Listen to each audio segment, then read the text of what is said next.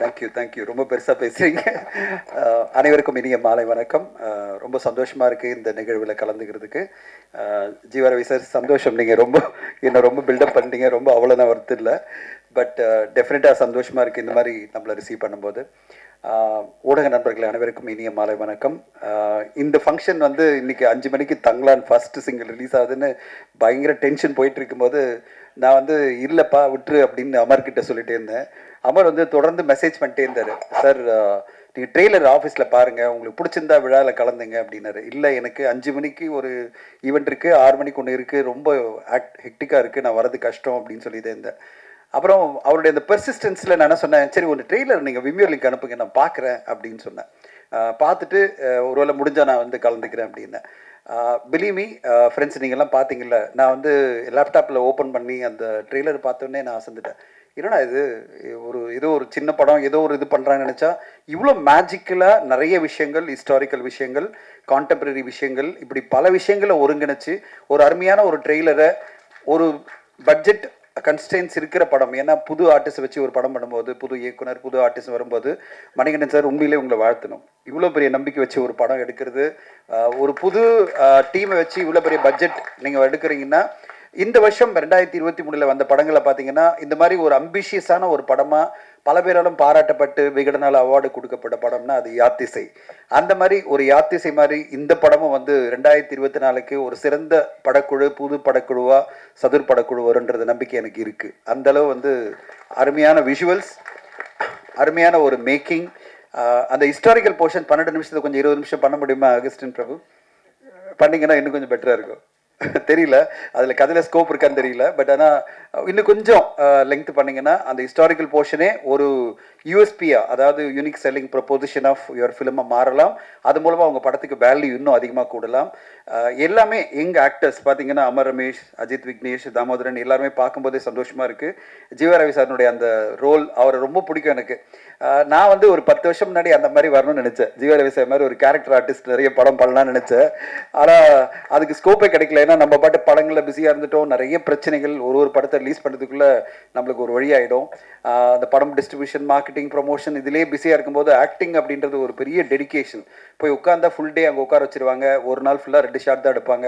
நம்ம அவ்வளோ பிஸியான ஷெட்யூலில் போய் ஆக்டிங் பண்ண முடியாதுன்னு நினச்சி நான் ஒதுங்கிட்டேன் அதுலேருந்து. அதனால் நிறைய படம் என்னை கூப்பிட்டுருந்தாலும் நான் நடிக்கவே போக முடியல. ஆனால் எனக்கு ஜீவரவி சார் அப்படி ஒரு கார்ப்பரேட் ஸ்டைலில் ரொம்ப அழகாக எல்லா படத்துலையுமே வந்து ரொம்ப அழகாக பண்ணுவார். அவர் பார்க்கும்போதே சந்தோஷமாக இருந்தது. சரி நம்ம நடிக்கணும்னு நினச்சோம், முடியல, அவர் நல்லா பண்ணுறார் அப்படின்னு சந்தோஷப்பட்டுக்கலாம். அண்ட் மணிகண்டன் அவர்களுக்கு வாழ்த்துக்கள். அண்ட் அகஸ்டின் பிரபு, உங்களுடைய இந்த புது முயற்சி ரொம்ப புதுமையாக இருக்குது. கண்டிப்பாக மக்களுக்கு பிடிக்குன்னு நினைக்கிறேன். ஆனால் என்னுடைய ஒரே ஒரு ரிக்வெஸ்ட் உங்களுக்கு என்னென்னா, திடீர்னு ஒரு ப்ரெஸ் மீட் வச்சுட்டு ஒரு ப்ரெஸ்ஸில் வந்துட்டு ஒரு ட்ரெய்லர் மட்டும் போட்டுட்டு நீங்கள் வந்து படத்தை ரிலீஸ் பண்ணி கொண்டு வந்தீங்கன்னா அந்தளவு நம்மளால் எதிர்பார்ப்பை உருவாக்க முடியாது. இன்னும் நிறைய ஒர்க் பண்ண வேண்டியிருக்கு. இந்த படத்தை ஊடக நண்பர்கள் நம்மளுக்கு எவ்வளோ சப்போர்ட் பண்ணாலும் இன்னும் மக்கள் மத்தியில் கொண்டு செல்றதுக்கு டைம் இருக்குது.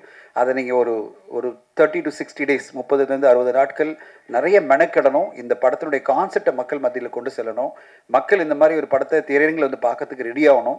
நீங்கள் எதுவுமே ரெடி ஆகாமல் படத்தை வெளியிட்டிங்கன்னா அதான் நடந்துட்டுருக்கு நிறைய சிறு பட்ஜெட் படங்களுக்கு. இன்றைக்கி பார்த்தீங்கன்னா எக்கச்சக்கமான சிறு பட்ஜெட் படங்கள் வந்து மக்கள் திரையரங்குக்கு வராமல், அவங்க வந்து பெரிய படம்னா நான் திரையரங்கில் பார்க்குறேன், அதாவது ஒரு லைன், பெரிய படம்னா பெரிய ஸ்க்ரீனில் பார்க்குறேன், சிறிய படம்னா சிறிய ஸ்க்ரீனில் பார்க்குறேன், அதாவது லேப்டாப் இல்லை மொபைலில் பார்க்குறேன்ற ஒரு மனநிலை, டிவியில் பார்த்துக்கிறேன்ற ஒரு மனநிலை ஆடியன்ஸ் மத்தியில் நிறைய வந்துருச்சு.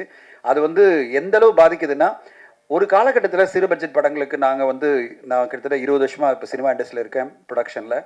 நான் வந்து சிறு பட்ஜெட் படங்களே 5 கோடியிலேருந்து 20 கோடி ஷேர் பண்ணதெல்லாம் பார்த்துருக்கேன்.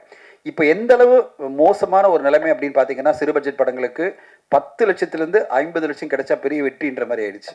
சில படங்கள் தான் 1 கோடி ரூபாய் ஷேர் அப்படின்னு. அவ்வளோ தொலைவு வந்து டோட்டலாக டிக்ளைன் ஆகிருக்கு. ஏன்னா திரையரங்கு ஆடியன்ஸ் வந்து சிறு பட்ஜெட் படங்களுக்கு வரமாட்டேன்றாங்க. அவங்கள வரவழைக்கணும் அப்படின்னா இந்த கிராண்ட் விஷுவலோட நீங்கள் கிராண்டான மார்க்கெட்டிங் பிளான் பண்ணி ஆகணும். மக்கள் மத்தியில் இது ஏன் இந்த படத்தை திரையரங்களை பார்த்து நீங்கள் என்ஜாய் பண்ணணும் அப்படின்ற ஒரு எதிர்பார்ப்பையும் அந்த ஒரு என்ன சொல்கிறது, ஒரு ஆர்வத்தையும் உருவாக்குனா தான் திரையரங்கு மக்கள் வருவாங்க. அதை நீங்கள் பண்ணுவீங்கன்னு எதிர்பார்க்குற மணிகண்டன். என் சைட்லேருந்து ரவி சார் சொன்ன மாதிரி நிறைய படங்களுக்கு என்னால் முடிஞ்ச ஒரு சப்போர்ட்டாக ஓடிடியில் அந்த படங்களை கொண்டு வந்துட்டுருக்கேன். இப்போ சமீபத்தில் பார்த்தீங்கன்னா ஒரு நொடி அப்படின்ற படம் மிக பிரமாதமாக பெரிய லெவலில் ரீச் ஆச்சு. இன்ஃபேக்ட் வந்து ஓடிடியில் ட்ரெண்டிங்லேயே ஒரு 3 வாரம் இருந்து பெரிய லெவலில் ஒரு வருமானத்தை கொண்டு வந்து கொடுத்தது. இப்போ ஹிட்லிஸ்ட் படம் போயிட்டுருக்கு, அதுக்கு முன்னாடி ஹாட்ஸ்பாட் படம், எறும்பு, மதிமாறன் அப்படின்னு வரிசையாக படங்களை பண்ணிகிட்டே இருக்கோம். நாளைக்கும் ஒரு படம் ப்ரீமியர் ஆகுது. என்னால் முடிஞ்ச வரையும் நிறைய திரைப்படங்களுக்கு சப்போர்ட் பண்ணி அந்த படங்களை ஓடிடியில் கொண்டு வரணும் ட்ரை பண்ணுறேன். ஆனால் அதுக்கு லிமிடேஷன்ஸ் இருக்குது. ஏன்னா என்ன மாதிரி இன்னும் 6 பேர் இருக்காங்க, அவங்களும் படங்களை ட்ரை பண்ணுறாங்க, அவங்களும் கொண்டு வர நினைக்கிறாங்க. அதனால் அவ்வளோ ஈஸியாக ஓடிடியில் கொண்டு வந்துட முடியாது. அந்த ரெவென்யூ கொண்டு வரதும் பெரிய சேலஞ்ச். ஏன்னா வாரம் படங்கள் இன்றைக்கி வந்து ரெவென்யூ ஷேர்லேயே 2 படம் வர ஆரம்பிக்குது. ஆடியன்ஸை வந்து எப்படி திரையரங்களை கொண்டு வந்து பார்க்கறதுக்கு கஷ்டப்படுறோமோ அதே மாதிரி இன்றைக்கி ஓடிடியில் பார்க்க வைக்கிறதும் கஷ்டமாக இருக்குது. அவ்வளோ படங்கள் எல்லாருமே ரெவென்யூ ஷேர்லேயே கொடுக்க வந்துட்டாங்க. ஸோ இந்த காலகட்டத்தில் நம்ம திரைப்படங்களை மக்கள் மத்தியில் கொண்டு சென்று திரையரங்கு வரவழைக்கணும். எப்படியாவது திரையரங்கில் பெரிய ரெவென்யூ எடுக்கணும். அதுக்காக எல்லோருமே உழைக்கணும். ஊடக நண்பர்களுக்கு உங்க கூட இருப்பாங்க. ஒரு நல்ல படைப்பாக இருக்குது. இந்த படைப்பை வந்து மக்கள் மத்தியில் கொண்டு செல்றதுக்கு இங்கே இருக்கும் அனைத்து ஊடக நண்பர்களுக்கும் சப்போர்ட்டாக இருப்பீங்க நான் நம்பிக்கையோடு எதிர்பார்த்துருக்கேன். என்னால் முடிஞ்ச சப்போர்ட் மிஸ்டர் மணிகண்டன் என்ன வேணுனாலும் டிஜிட்டல்லையும் மார்க்கெட்டிங்லையும் நான் அவைலபிளாக இருக்கேன். And I will be able to support you. ஒன்று படம் காமிங்க சீக்கிரமாக.